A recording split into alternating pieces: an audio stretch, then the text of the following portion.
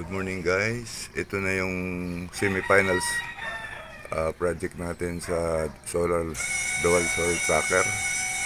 Yan from park position. Nagsisearch siya ng araw dahil umaga ngayon.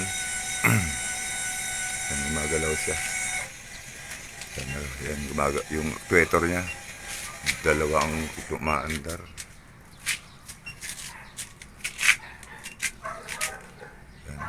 Nagsisearch siya ng sunlight.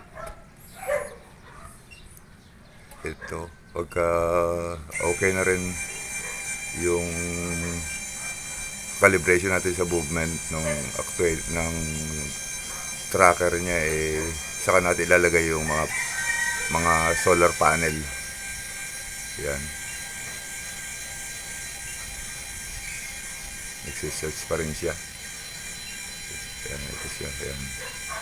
Nag-level ulit siya sa parking kasi hindi pa efficient yung sunlight.